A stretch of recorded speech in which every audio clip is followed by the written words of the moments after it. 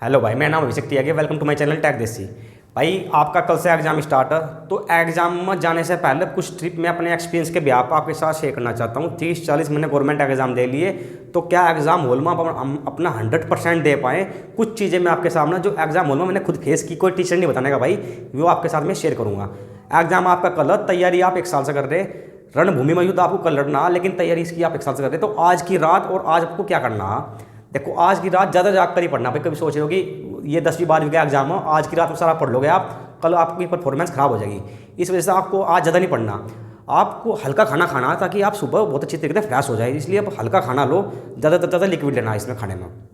फिर बात आती है आपको पढ़ना क्या। आज एक बार हिंदी में भाई में सब देख लेना, जो आपने लिखे होंगे, जो आपके मॉक टेस्ट में गलत हुए, सिर्फ में सब देख लेना, चाहे विलोम हो, चाहे पर्यायवाची हो, चाहे उसमें आपका कोई भी शब्दावली का शब्द वर्तनी हो, वे सब देख लेना जो आपके गलती हुए हैं मॉक टेस्ट में।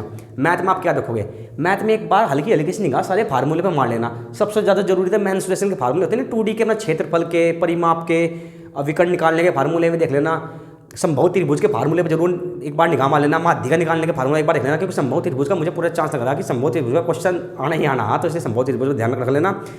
आपको रीजनिंग में ज़्यादा कुछ नहीं देखना। रीजनिंग में 1-2 चैप्टर जैसे ना आपका कैलेंडर, थोड़ा उस पर निगाह मार लेना, घन घनाभ वाले पर चैप्टर पर निगाह मार लेना, और ज़्यादा कुछ नहीं करना। आज ज़्यादा नहीं पढ़ना आपको जीके में ज़्यादा कुछ नहीं भाई। अगर देखना चाहोगे तो करंट अफेयर में सूचना वगैरह देख लेना, 1-2 बार हल्की सी निगाह 10-15-20 मिनट की करंट अफेयर पर मार लेना। जीके में और ज़्यादा आप कुछ इस टाइम पढ़ने की जरूरत नहीं है। लेकिन हाँ, मैथ में फार्मूले एक बात जरूर रिमाइंड कर लेना, इससे आपको बेनिफिट मिलेगा। सुबह आपको कोई फार्मूला आता तो तुरंत आप क्वेश्चन कर दोगे। मेंसुरेशन के फार्मूले तो स्पेस ही जरूर देख लेना, और 1-2 लाभानी के टाइप देख लेना। हिंदी में सिर्फ ये क्वेश्चन देखना, जो आप वही सब देखना जो आपने लिखे हैं। और आज कोई मॉक टेस्ट नहीं लगाना भाई। मॉक टेस्ट लगाओगे, अगर स्कोर कम आ गया, खाम खा डिमोटिवेट हो जाओगे। ये टाइम खुद को बूस्ट करने का, पूरी एनर्जी के साथ सुबह आपको एग्जाम दे जाना। जब भी आपका एग्जाम हो, कल से स्टार्ट हो, जिसका भी एग्जाम हो, एक दिन पहले की तैयारी में बता रहा हूँ, ठीक है। एग्जाम हॉल में जाने से पहले एक तो जो रिपोर्टिंग टाइम है आपका, उससे 10-15 मिनट पहले जाना है आपको भाई। बिल्कुल भी लेट नहीं करना, इसमें रिस्क नहीं लेना। अपना खुद का व्हीकल हो तो भी, अगर ट्रेन उससे जाओगे बस वगैरह था, तो और 15-20-25 मिनट जल्दी जाने की कोशिश करना, लेट नहीं होना। क्योंकि अगर दरवाजे बंद हो गए फिर खोलने के नहीं, मैं कितनी रिक्वेस्ट कर लियो, 2 मिनट बाद भी वे एंट्री नहीं देते। एक अपनी बेल्ट घर छोड़ के जाना भाई। अकेले जा रहे हो तो बेल्ट घर छोड़ के जाना। और कोई बंदा साथ जा रहा तो एग्जाम हॉल में एंट्री करने से पहले, लैब में अपनी एंट्री करने से पहले बेल्ट अपने दोस्त को दे देना, बेल्ट निकाल देना। हाथों में कोई कड़ा वाला नहीं होना चाहिए, गले में कुछ माला वाला नहीं होना चाहिए। जो स्पेशली लड़कियाँ कानों में पहनती है ना अपना बाली वाली, वो घर निकाल के जाना, नहीं तो वहाँ कहीं रखोगे रिस्क। ये अपने पेरेंट्स को दे देना जो आपके साथ एग्जाम दिलाने जाएंगे एग्जाम हॉल में एंट्री करने से पहले, क्योंकि नहीं तो बाली में स्ट्रैप वगैरह करेंगे और वो आ जाता है। पेन वैन आपको सब कुछ लैब में मिलेगी, पेन वैन आपको लेकर जाना, ठीक है भाई। आप एग्जाम हॉल में एंट्री कर लिया, अपने चेकिंग वेकिंग करवा दी। अपना एडमिट कार्ड, एक फ़ोटो अपना जरूर, और एक आईडी प्रूफ अपना साथ में लेके जाना भाई। एक्स्ट्रा ले लेना आईडी प्रूफ दिखाने के लिए ना, जिसमें आपका नाम वही हो सेम जो आपका एडमिट कार्ड में नाम हो। बाकी एडमिट कार्ड में अपना इंस्ट्रक्शन अपनी पढ़नी होगी, आपका टाइम और डेट आपको मालूम होगा। अब आपने एग्जाम हॉल में एंट्री कर ली।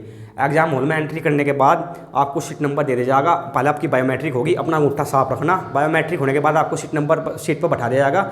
सीट पर बैठने के बाद देखो 3-4 चीज़ें मैं बताऊंगा वहाँ से, जो मैंने खुद फेस की, जिससे मेरा टाइम बचता है। आपको सीट नंबर दे दिया गया, और आपको सबसे पहले क्या चेक करना, अपना जाकर माउस चेक करना कि माउस चल रहा नहीं चल रहा। अगर माउस सही चल रहा है ना भाई तो ठीक है, अगर खराब हो तो तुरंत अपने लैब असिस्टेंट को बोलकर अपना माउस चेंज करवा लेना।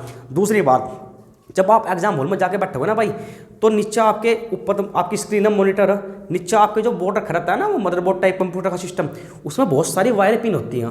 अपना पैर उनसे हमेशा सीधा रखना भाई, नहीं तो आप एग्जाम करते वक्त अगर आपका पैर वहाँ टच हो गया ना, जहाँ पर माउस वगैरह और कीबोर्ड वगैरह पलक है, तो आपका बहुत ज़्यादा टाइम वेस्ट हो जाएगा एग्जाम टाइम के वक्त। इसलिए हमेशा अपने पैर उनसे सीधे रखना भाई, क्योंकि वे आएंगे ठीक करेंगे, उसमें बहुत ज़्यादा टाइम वेस्ट हो जाएगा, उससे बच के रहना।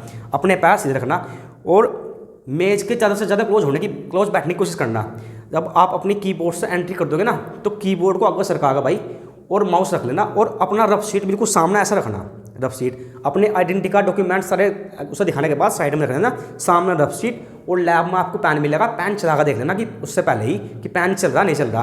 पेन अपना साथ में रखना, और माउस देख लेना कि माउस ठीक करा। एक माउस के साथ आपको नीचे रबड़ सी मिलती है, जिस पर आपको माउस घुमाना होता है। उस रबड़ को भाई साइड कर देना, और जो आपकी टेबल है ना, उस पर ही माउस चलाना, क्योंकि वहाँ से आपका टाइम बचेगा। थोड़ा डिस्ट्रैक्शन सा होता है, जब वो रबड़ से माउस नीचे आता है तो कर्सर खो जाता है हमारा स्क्रीन से। मैंने खुद फेस किया है ये बातें, इसलिए अपना रबड़ है ना वो उस साइड पर करके अपने जो मेज है ना, मेज स्मूथ मेज होती है, उस पर बड़े अच्छे तरीके से माउस चलता है, उसी पर माउस आपको घुमाना और कर्सर पर ध्यान रखना। कर्सर को हमेशा बीच में स्क्रीन पर रखना, जो कर्सर होता है ना वो हमेशा बीच में स्क्रीन पर रखना और रबर साइड कर देना। बाकी सारे एक पेन और एक रफ शीट के बराबर बाकी सारे अपने डॉक्यूमेंट साइड कर देना। हाथ में माउस और इसी हाथ में हमें साइड में पेन रखा रहा, पेन चला कर देख लेना, पेन आपको लैब में ही मिलेगा। दूसरी बात ध्यान रख लेना अपने दाएं बाएं साइड का, अपना सबको ये बायां हाथ अपना हल्का सा कुछ चीन ऐसा इस हाथ पर लगा लेना पहले ही एग्जाम से पहले कि यहाँ आपको याद हो कि बायां हाथ, बस याद रखना कि बायां हाथ ये दायां हाथ। क्योंकि जब आप रीजनिंग के क्वेश्चन सोल्व करोगे तब आप खुद को इमेजिन करोगे कि ए 10 मीटर चला, फिर बाएं मुड़ा, फिर दाएं मुड़ा, फिर बाएं मुड़ा, दाएं मुड़ा। इससे आपको हेल्प मिलेगी जब आपका बायां हाथ एकदम सामने होगा। ध्यान रखना जो आपका माउस पर हाथ है वो दायां हाथ होगा। अब बात है डायरेक्शन की। वहाँ जो डायरेक्शन कैसे देखो, पूरब, पश्चिम, उत्तर, दक्षिण। जो आपकी स्क्रीन होगी ना आपके सामने वो आपके उत्तर में होगी, पीछे आपका दक्षिण होगा। पूरब आपका इधर होगा, पश्चिम आपका इधर होगा। इससे आपको दिशा याद रखने में हेल्प मिलेगी। जो आपकी स्क्रीन है उत्तर साइड की ओर है, वहाँ से टाइम बचेगा। EJOT कोड अपना रीजनिंग में आपको जो आपने वो याद करें ना ABCD के कोड, EJOT कोड EJOTY 5, 10, 15, 20, 25, 5 पे EJOTY। इससे आपको जब रीजनिंग में डिकोडिंग सोल्व करोगे तो आपको इस कोड से हेल्प मिलेगी। और कोशिश कर सकते हो जैसे आपको एग्जाम शुरू होने से 5 मिनट पहले रफ शीट मिलेगी, अगर कोशिश कर सकते हो ना रफ शीट में अपनी एंट्री करने के बाद अपनी दिशाएं पूरब हल्की हल्की बहुत जो दिखना एग्जाम में, पूरब, पश्चिम, उत्तर, दक्षिण, पूरब, पश्चिम, उत्तर, दक्षिण में लिख लेना। और पिक्चर लिख सकते हो तो EJOT कोड EJOTY हल्का हल्का कोड इस तरीके से भी आप याद रख सकते हो।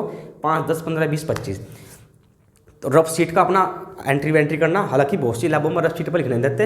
अगर आप बचा के किस तरह से कर सकते हो, पॉइंट वाया रफ शीट पर इमेजिन कर लो दिशाएं, पूरब, पश्चिम, उत्तर, नहीं पूरब, पश्चिम, उत्तर, दक्षिण, रफ शीट की ऐसा रख। तो दिशाएं आपको जब आप रीजनिंग में क्वेश्चन सोल्व करोगे तो उससे बड़ी हेल्प मिलेगी। अपना 100% देना है। जैसा आप शुरू में हिंदी कर रहे हो तो आपका कॉन्फिडेंस ऑटोमेटिकली बूस्ट हो जाएगा। फिर GS करोगे, अगर GS में कुछ क्वेश्चन नहीं आते तो कोई बात नहीं, ऐसा कोई नहीं है कि जो GS में 20 के 20 क्वेश्चन सही कर देगा। आपके 5 हो रहे 10 हो रहे वो कोई दिक्कत नहीं है, डिमोटिवेट मत होना। फिर मैथ करोगे, मैथ पर जाओगे, कोई क्वेश्चन बन रहा हो ठीक है, देखो हिंदी और GS पर दोबारा नहीं आना। लेकिन मैथ अच्छा आप रीजनिंग सोल्व कर रहे हैं, कोई कोडिंग डिकोडिंग का टाइप आपसे सही नहीं है तो छोड़ देना, मैथ पर चले जाना, फिर वापस आना। तो कोडिंग डिकोडिंग का टाइम आपको लगे 5 मिनट आखिरी में वापस आने की, मैथ और रीजनिंग के लिए रखना। हिंदी GS पर वापस बिल्कुल नहीं आना, हिंदी को शुरुआत में ही लेकर चलना पूरी की पूरी। क्योंकि ऐसा कुछ नहीं है, अगर हिंदी का आप कोई विलोम शब्द आपको याद नहीं है वो सोच का कहीं निकल जाओगे और दोबारा होगे तो ऑटोमेटिक आपको याद हो जाएगा, ऐसा नहीं हो सकता। लेकिन हाँ कोडिंग डिकोडिंग में आपके पैटर्न याद आ सकता है। कोई क्वेश्चन का परसेंटेज का सवाल है या लाभ हानि का सवाल है या कोई संख्या पद्धति का सवाल है, आपसे तब नहीं बढ़ना। या आपको कोई कैलकुलेशन मिस्टेक कर रही उसी, देखो एक बात और मैं बताता हूँ, मैं TCS पेपर बनाती है, बहुत सारे सेट बनाती है और TCS गलतियाँ भी करती हैं भाई। तो TCS अगर कोई क्वेश्चन मैथ का आपने बहुत अच्छी तरीके से कैलकुलेट कर दिया लेकिन आंसर आपका एग्जैक्ट नहीं आ रहा तो भाई टाइम वेस्ट मत करना वहाँ पे, क्योंकि TCS के क्वेश्चन में गलतियाँ मिलती हैं। आप सही आंसर लाने के चक्कर में कोई कैलकुलेशन सवाल है 4-5 बार सोल्व करोगे टाइम वेस्ट कर दोगे। एक बार में नहीं आया ठीक है, हल्का से दोबारा एक बार नजर मार लेना अपनी कैलकुलेशन में कहीं गलती तो नहीं आया, अगले सवाल में बढ़ जाना। क्योंकि सवाल पिछली बार भी गलत 1-2 हर सेट में मिले हैं, जिसका फुल मार्क्स सबको मिल जाता है। लेकिन गलत सवाल पर बच्चा अपना 5-6 मिनट तक मैथ में वेस्ट कर देता, जो आपको बचना है भाई। अगर ये माइंड में ध्यान रखना कि 10 सवाल गलत हो सकता है, अगर कैलकुलेशन में आपको सही नहीं आ रहा तो 2 बार निगाह मारना, बाकी ज़्यादा मत्था नहीं मारना गलत सवाल में भाई, आगे बढ़ जाना और अपना 100% दे के आना। जितना आपने पढ़ा उसका आपको बेनिफिट जरूर मिलेगा। और मैं कह रहा हूँ कि मेरिट इस बार पिछली बार से ज़्यादा डाउन आएगी। अगर पेपर हार्ड आता तो खुद को डिमोटिवेट मत करना, जितना पेपर हार्ड आएगा इतना ही मेरिट डाउन होगी, जितना पेपर हल्का जाएगा इतनी मेरिट अप जाएगी। इस वजह से अपना 100% दे के आना और मोटिवेट रखना खुद को। और कल मैं एनालिसिस बात करके, मेरी भी 1-2 बच्चों का स्टूडेंट मेरे यहाँ पढ़ते हैं, उनका कल एग्जाम है, उनका बात करके हमें एग्जैक्ट एनालिसिस किस टाइप का पेपर आ रहा है डाल दूंगा कल अपने चैनल पर। और मैं सेंटर पर जान सकता क्योंकि भाई मैं खुद अकेडमी ज्वाइन कर चुका हूँ, तो अकेडमी में आ चुका हूँ फिजिकल के लिए, CPU का फिजिकल मेरा, इसलिए नहीं तो मैं सेंटर पर जाकर हर शिफ्ट का एनालिसिस करता। इस बार मैं सेंटर पर जा सकता, लेकिन हाँ बच्चों से बात करके मैं कल एनालिसिस की वीडियो आपकी डाल दूँगा। और कोई क्वेश्चन हो SSC GD से रिलेटेड तो मेरी इंस्टाग्राम ID अभिषेक त्यागी 484, वहाँ का आप पूछ सकते हैं। और भाई अपना 100% देके जाना, पेट का ध्यान रखना, पेट नहीं खराब होना चाहिए। एग्जाम हॉल में एंट्री करने से पहले, एग्जाम शुरू होने से पहले एक बार टॉयलेट चला जाना।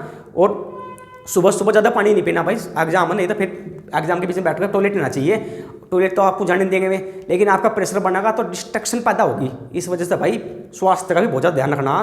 कोल्ड वोल्ड फीवर भी हो रहा तो गोली लेकर अपनी सेट होकर जाना और किसी को साथ लेके जाना। एग्जाम सेंटर पर टाइम से पहले पहुंचना भाई। और सभी को मेरी तरफ से बेस्ट ऑफ लक। मैं आपका भाई अभिषेक त्यागी टैग देसी टीम की तरफ से आप सभी का धन्यवाद करता हूँ। धन्यवाद।